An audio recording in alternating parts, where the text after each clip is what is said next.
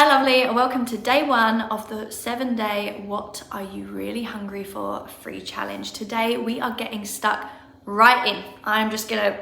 We're gonna go in and I'm gonna show you a lot of what is happening in here and why your connection to food, your relationship with food is the way it is right now. Now we're getting into emotion today. This is something that I never knew. When I was emotionally eating, which was every single day, unless I was like trying to restrict and govern myself on a crazy fad diet, and then I'd just binge at the weekend and like overindulge in everything and then start again on Monday. That was my life for a few years. I had no idea that my emotion was playing such a big role in my eating habits. I actually had no idea it was linked. I just thought I had a problem with food, and I had no thought about why I wanted to reach for food in certain moments. If I had known this, if I had even just had that little snippet of information, it would have changed everything, which is why I know today will open your mind to a whole new way of thinking about this. And I'm going to give you some really simple but very powerful ways of thinking and questions to start asking that is going to change your relationship with food completely. So when it comes to emotional eating, as I said, I always thought the problem was the eating, right? The things you can't stop eating, you start gaining the weight, you see the weight, you link it to the food, and you think those two things are the problem. However, emotional eating is all about the emotion, not the eating. Emotion is one of the biggest causes of emotional eating. It will be one of the things that is driving your eating more than you even realize. And that doesn't even necessarily need to be current, present day emotion. It can be the stress of your job, the stress of your kids. It could be feeling lonely, bored, maybe something sad has happened and food is there as a comfort, a distraction, something to make you feel better.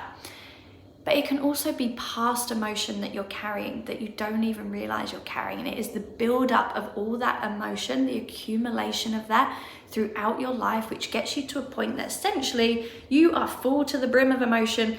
And we are not taught how to deal with that, right? We should be. We should be taught at school how to acknowledge, respond to, and release our emotions so that we can move on, but we're not. And so what we do as humans unconsciously is this emotion stores up throughout our life. The way I explain it is like, imagine you have a cup, and over your lifetime, every drop of water into that cup, it's filling up and up and up, all different emotions, sadness, anger, shame, resentment, regret, filling up and up and up and up and up.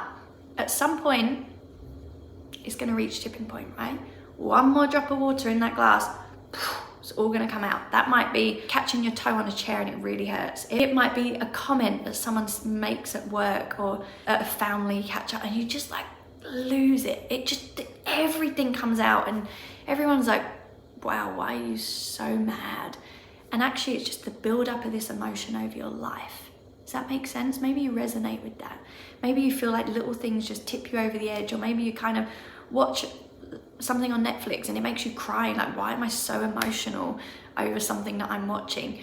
And it's because it's just this build up, and this happens unconsciously. It's not your fault, it's just what we do. It's this amount of emotion that you're holding, I just refer to it as stress. It is overflowing, it is you at boiling point. And until you learn how to release that and get rid of it, it's just going to sit there and it just keeps coming and it's coming and it's coming.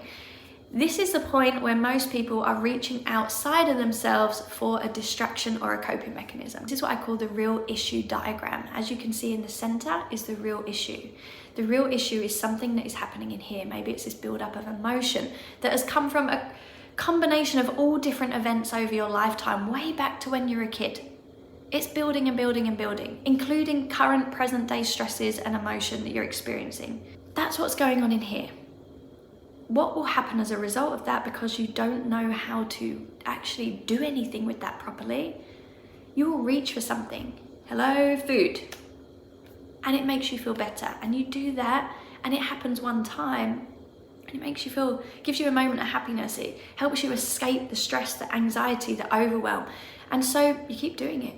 And you keep doing it because it soothes it for a moment. But what happens? It lasts for a moment, the shame and guilt kick in, and we're right back where we started, having put too much energy in our body. And once we've been doing that for a long time, we start to gain weight, right? We're eating too much. We're not actually physically hungry, we're emotionally hungry, which can get very easily confused in the body. And then we wind up with a terrible relationship with food, wanting to lose weight, and we can't. And coming back to this diagram, you could be reaching for food. It might be cigarettes, it might be online shopping, scrolling social media for hours, watching Netflix, it might be excessive amounts of work. Anything that you are using in excess that is being used as a coping mechanism, as a distraction. Like maybe you find your job really stressful and you just can't wait to get your break and like get something out your snack drawer, or get home and just eat because it makes you feel better or gives you a sense of reward or safety. There will be so many different kind of emotional connections as to why you're using food. But if we bring it back to the core, it's just emotion. And emotion is just energy. Emotion is energy in motion, and it should be moving. But what happens when we're not releasing it is it gets stuck in our body, and we're just carrying it around like this heavy weight of baggage that we're carrying from the past, and it is continuously driving these behaviors. And the more we feel, the more we eat. The more we feel, the more we eat.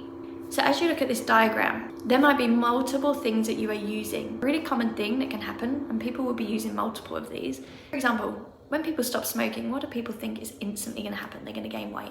That's not because them two things are directly linked. It's because you've taken away one coping mechanism, and the real reason why you were using that coping mechanism is still there. So you turn to something else. What's the next readily accessible thing that you can do with your hands? Just eat, right? I want you to start thinking of every time you reach for food, I want you to start asking why. Why am I doing this?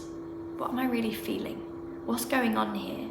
I want you to remind yourself this is not about the food. You do not have a problem with food. Food is the symptom around the outside of this diagram, and this is why if you have tried diets, restricting your calories, depriving yourself of stuff, exercising every day, and you're not getting results, this is why, because you are trying to treat what you think is a food problem, and you do not have a food problem. What you have is a lot of stuff going on in here and here that hasn't been resolved, and food is the coping mechanism. So I want you to make peace with food. I want you to be okay with it, because at the end of the day, it's actually been there for you at a time that you needed it. Maybe it did give you comfort, it gave you a distraction, it gave you safety, it gave you a reward. It made you feel good for a minute, and that's okay. Now you're gonna learn a better way, okay? So I want you to start asking why. Why am I reaching for food? What am I feeling? And just sit with that feeling and be with it for a moment. We're too quick to wanna escape from a feeling. And I know it can feel scary, I know it can feel confronting, but I want you to just sit with it, and I want you to be with it, and I want you to let yourself fully feel the emotion. When we can start to feel and we can acknowledge, we can be with that feeling, we can learn from it. There might be something that we need. There might be something we need to do. We might just need to take some deep breaths and see if we can breathe out that feeling.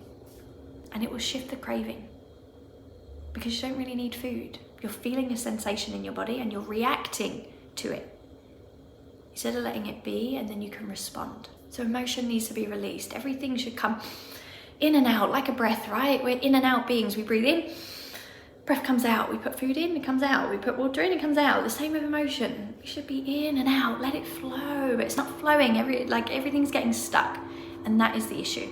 Now, I just want to mention, when your emotional cup is full, this weight of emotion that you are carrying will do one of a few things. Number one, it will drive unwanted behaviors, the cravings. It will make you want to eat. Number two, it will deplete your energy. It takes a lot of mental and physical energy, and it will make you crave sugar more because you want to reach for a quick hit. Number three, it will put your body into survival mode, because that state of stress is meaning that you're living at a heightened state of stress, which becomes normal and you don't even realize anymore, but you're essentially living in survival mode, which is exhausting. It can create illness in the body because it creates an acidic environment. It's the only place illness can thrive. And also it is very, very hard to lose weight because your body is holding on to everything, doesn't want to lose anything, just wants to keep it all. When you release this emotion, all of that can change. Weight can drop off, the cravings will stop, your energy will come back, you will find any illness can start to shift, which is really, really cool. And you're just gonna feel better in yourself. Now today I have given you a journaling exercise to help you start to process and acknowledge some of your emotions. I've also given you a meditation that you can use. I've given you two. I've given you a slightly longer one, and I've given you a quick emotional release one, so you can take your picks. There's no excuses. If you're saying I don't have time, it's actually when you need meditation most, but I've given you a quicker one. If you've never tried meditation journaling before, or even if you have and you had a bad experience, I encourage you to give it a go. Just put it into practice, stick with it, try it out. Avoid judging yourself with how it went. Was it good or bad? It doesn't matter. The most important thing is that you've done it. You've sat down with intention to do it. That's it for today, lovely. I hope you enjoyed. Head to the Facebook group. Let me know how this day went for you. If you have any questions, also please let me know, and I will see you in day 2.